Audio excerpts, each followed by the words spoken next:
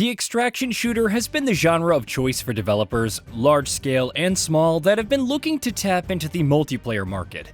We've seen just about every kind of studio try its hand at it so far, in a variety of different ways, and many of these games tend to bring something new to the genre in the hopes of offering something novel enough to grow its multiplayer audience. Hologryph and Tower House have decided to team up to introduce their own twist on the genre. What if instead of you jumping into an expedition to scavenge for resources, you instead had an entire mech?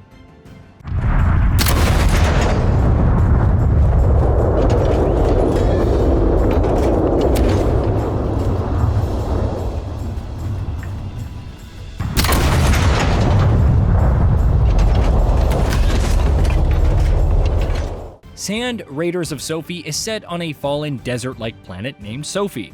As a scavenger, you, along with your custom-built war machine, referred to in the game as a Trampler, set off on an expedition to the planet in order to get your hands on a variety of resources. These can range from new weapons and ammo to raw materials that can be used to build out your Trampler, and even entire cannons that can then be bolted onto your machine. As is the case with many other games in the genre, your efforts to find loot are made more complicated by the presence of other players in the same map. While Sand doesn't really stray much from genre conventions when it comes to its overall structure, the presence of the Trampler introduces a massive wrinkle to the gameplay loop. The Trampler is a loud, bulky machine, and leaving the main engine on constantly emits a black smoke that can be seen by just about anyone that cares to look over the horizon with their binoculars. This means that players that want to avoid encounters with other players will have to jump through a few hoops to remain hidden, like constantly switching their engines off if they suspect someone's nearby. Conceptually, the Trampler feels like a phenomenal idea, and it even ends up giving Sand similar vibes to Sea of Thieves.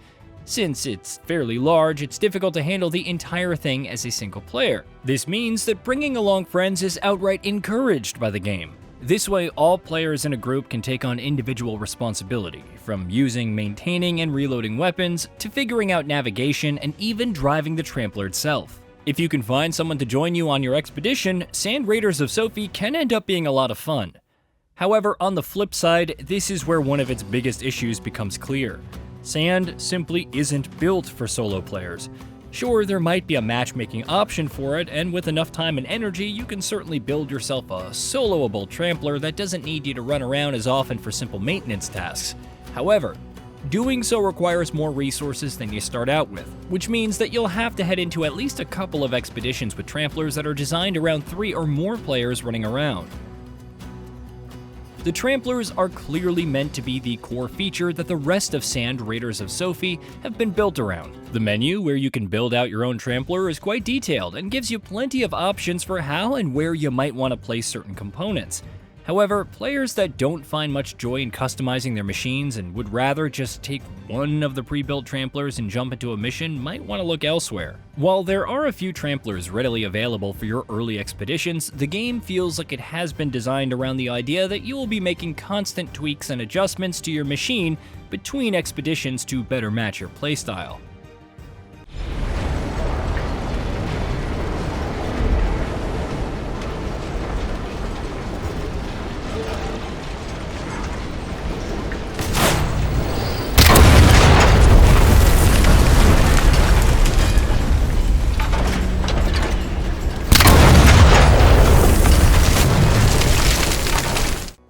Speaking of expeditions, the ones in Sand Raiders of Sophie tend to be quite long. Even the very first one I did took almost an entire hour, and while there is an element of exhilaration that can be found when you narrowly manage to extract from the map with plenty of spoils, the general gameplay pacing for Sand doesn't really support this idea much.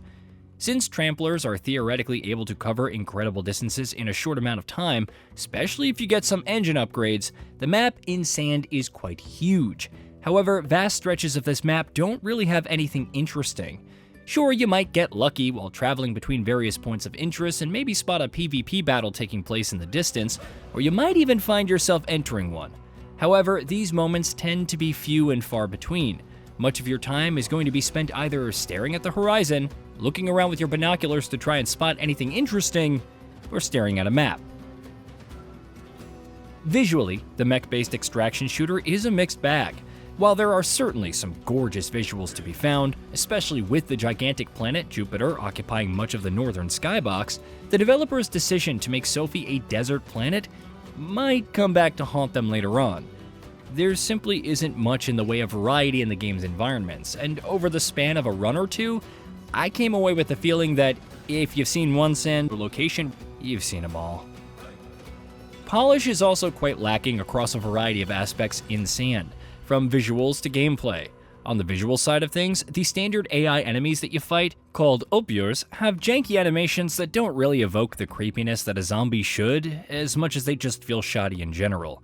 Even on-foot navigation can often feel difficult since you can never really tell whether any given ledge is low enough to jump to. On the gameplay side of things, the weapons never really felt good to shoot, and Sand Raiders of Sophie even did a poor job of letting me know just how wide the recoil on my guns would be. Several other issues also popped up quite often. The biggest of these that I noticed was the lack of consistency behind fall damage. I spent much of my time with the game thinking that fall damage doesn't really exist, since I was able to freely jump off my Trampler and could even leap off of a fort I found. However, one tower was seemingly just too high for me to do this, resulting in a quick and shocking death, since this was the only instance of fall damage I'd faced in the game. As for smaller instances of a lack of polish, I could see through the seams of some buildings and even faced Upiers that were stuck in the texture of a door in their attempts to get at me.